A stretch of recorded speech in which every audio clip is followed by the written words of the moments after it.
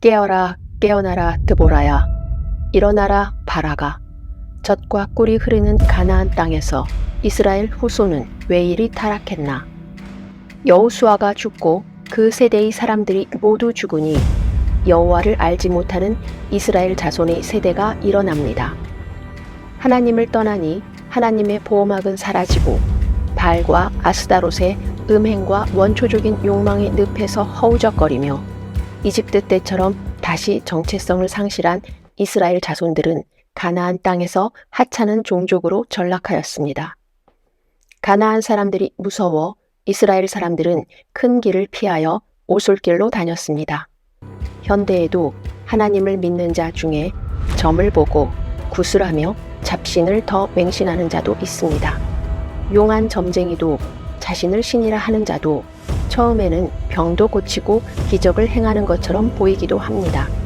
그러나 하나님을 버리고 그들을 따라간 자들의 말로는 노예이며 패망입니다. 오늘은 가나안 지역 하솔 왕 야빈의 심한 학대로 고통받는 이스라엘에 관한 내용입니다. 하솔은 갈릴리 바다에서 북쪽으로 약 10km 떨어져 위치한 가나안의 중요한 도시입니다. 하솔은 중요한 무역로에 전략적으로 위치하여 고대에는 정치적, 군사적 요충지 역할을 하였으며 철병거 900대를 가진 군사 강국입니다. 어둠의 시기에 에브라임 지파의 영토에 있던 베델 마을에서 드보라라는 여인이 있었습니다. 한 남자의 아내이며 예언자이자 사사입니다.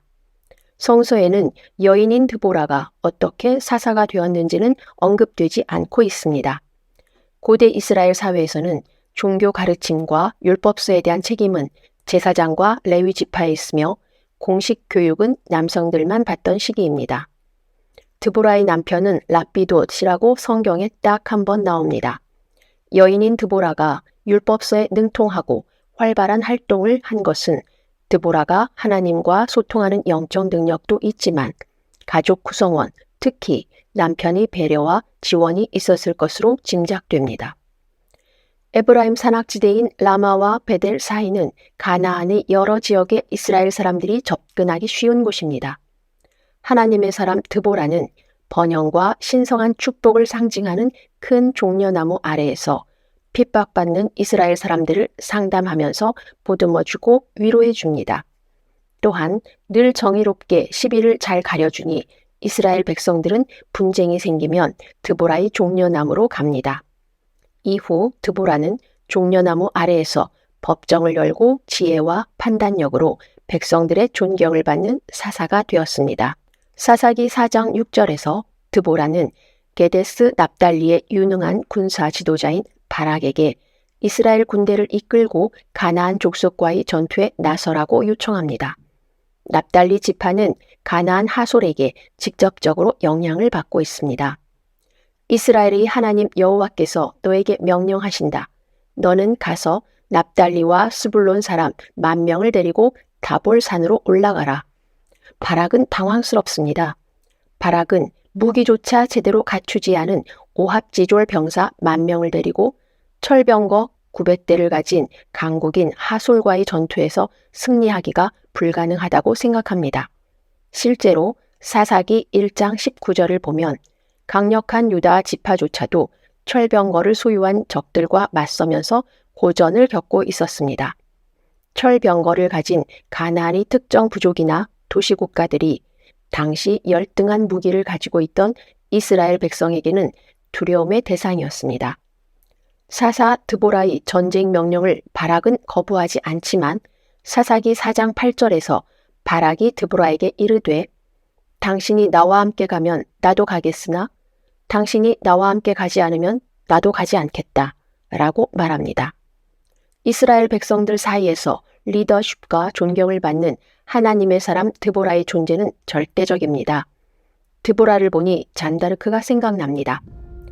영국과의 100년 전쟁에서 패전을 거듭하던 프랑스군은 신의 계시를 받았다는 잔다르크의 강력한 카리스마에 이끌려 신이 프랑스 편이라는 믿음으로 사기가 치솟으며 영국과의 전쟁에서 연이은 승리를 거둡니다.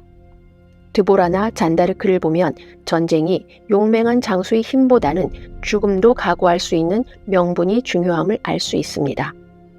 사사기 4장 9절에서 바락의 동반 요청에 내가 반드시 너와 함께 가겠다고 대답하면서 그러나 네가 가는 길에는 영광이 없을 것이니 여호와께서 시스라를 여자의 손에 팔아넘기실 것이기 때문이다 라고 말합니다.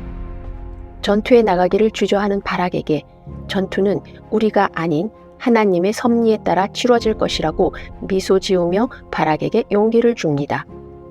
이스라엘군은 다볼산에 모이고 하솔의 총사령관 시스라는 철병거 900대를 가지고 대치합니다. 드보라는 하나님의 전쟁임을 선포합니다. 이날은 주께서 시스라를 너의 손에 넘겨주신 날이다. 주께서 너보다 앞서 나가신다. 이제 나아가라 바락아, 이스라엘아. 이에 바락이 자기를 따르는 10,000명을 거느리고 다볼산에서 내려갑니다. 그런데 예기치 않은 일이 벌어집니다. 하늘이 깜깜해지더니 폭우가 내리기 시작합니다. 폭우와 진흙탕으로 시스라의 막강한 전차부대의 바퀴들이 진흙탕에 끼어 철병거는 움직이지 못합니다. 가나안의 군대는 폭우 속에서 우왕좌왕하고 사기가 오른 이스라엘 군에 의해 철저히 사륙됩니다. 총사령관 시스라는 병거에서 내려 간신히 탈출합니다. 이스라엘이 하나님에게 자신을 온전히 맡길 때 모든 만물이 시스라에 대적합니다. 우리는 여러 번 성경을 통해 하나님의 기적을 봅니다. 우리에게는 하나님 기적 말고는 어떤 탈출구도 없을 때, 단지 하나님에게만 매달려 절실한 기도를 할 때, 하나님은 비로소 우리를 움직이고 기적을 만드십니다. 하솔의 총사령관 시스라는 도망친 후 겐 사람 헤벨의 아내인 야엘의 장막으로 피신합니다. 시스라가 물을 달라고 하자 야엘은 값진 그릇에 귀한 엉긴 우유를 권하고 담요를 덮어주며 그를 안심시킵니다. 그러나 그가 잠든 사이 야엘은 장막 말뚝을 관자놀이에 박아 죽입니다. 겐 종족과 가나안 두 종족은 관계도 우호적인데 야엘은 왜 이랬을까요? 성경 본문에는 동기가 언급되어 있지 않습니다. 그럼 우리가 야엘의 입장에서 생각해 볼까요? 그동안 하나님의 명령을 따라 이스라엘이 이방 민족을 공격할 때는 항상 외부 조력자가 있었습니다. 이번에는 야엘이라는 여인입니다. 야엘은 곧 이스라엘 장군 바락이 패배한 시스라를 추적하여 자기들에게 올 것이라고 생각했을 것입니다. 한편 피난처를 찾은 시스라는 일시적으로 무방비 상태였고 야엘을 의심하지도 않았습니다. 그 순간을 포착하여 가나안의 총사령관 시스라를 제거함으로써 야엘은 이스라엘과 가나안과의 싸움에서 가장 큰 승리의 영예를 차지할 수 있었습니다.